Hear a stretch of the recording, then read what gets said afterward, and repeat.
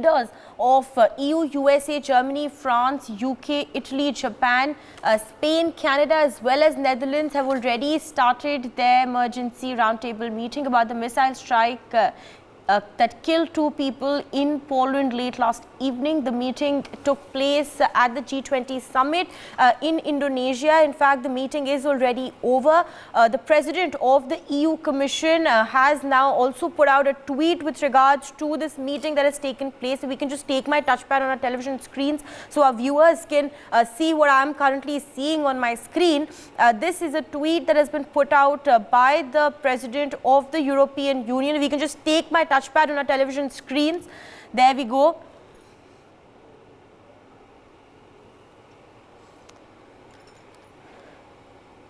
This is, of course, the president of the European Union, who has now put out a tweet. She's saying that NATO and G7 leaders condemn Russia's barbaric acts on cities and infrastructure in Ukraine. We stand in solidarity with Poland after the explosion at its border.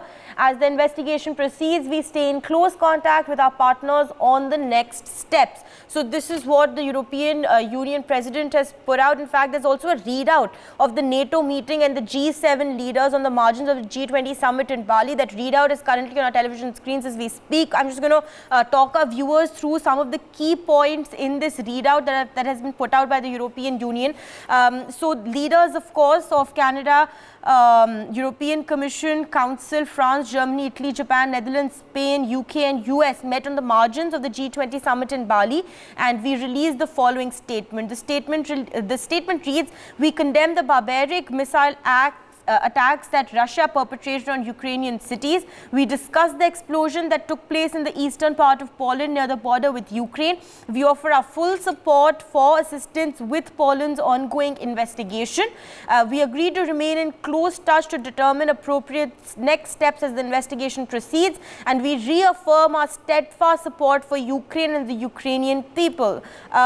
Talking about Poland, there's just one more line that says, "We all express our condolences to the families of the victims in Poland as well as Ukraine." So on your television screens right now, viewers, is that readout from the meeting of NATO and G7 leaders that has taken place on the margins of the G20 summit in Bali.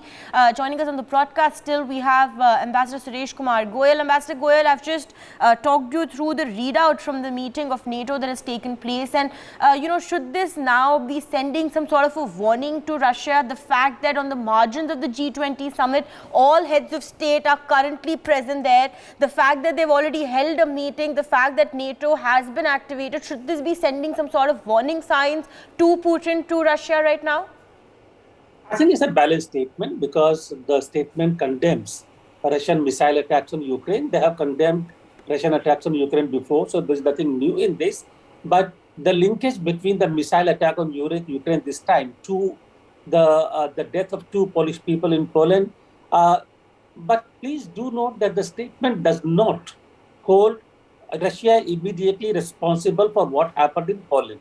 That's a critical point, really, because if Russians were to attack Poland, that would lead to fight between, or the war between NATO and Russia.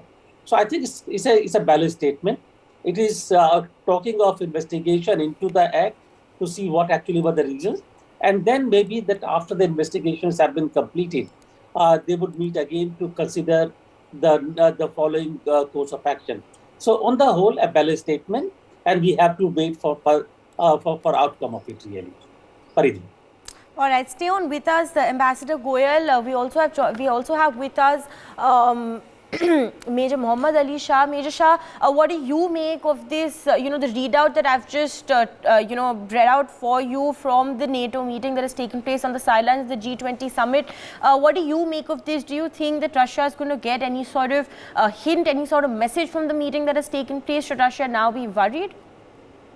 No, I don't think Russia is going to worry at all, because so many sanctions have been imposed on them and it hasn't made any difference to them. Russia would not be affected or deterred at all, not one bit. Unfortunately, I wish they were. I really wish they were, but they will go ahead headstrong the way they were going earlier, no matter what happens. But more pressure. It's not just pressure. जहाँ पे डंडे से काम नहीं हो रहा, so one has to find some other means, because if that's not working out, The sanctions are not working out. But it has to be stopped at any cost. But yes, no, it will not. Russia will be undeterred completely.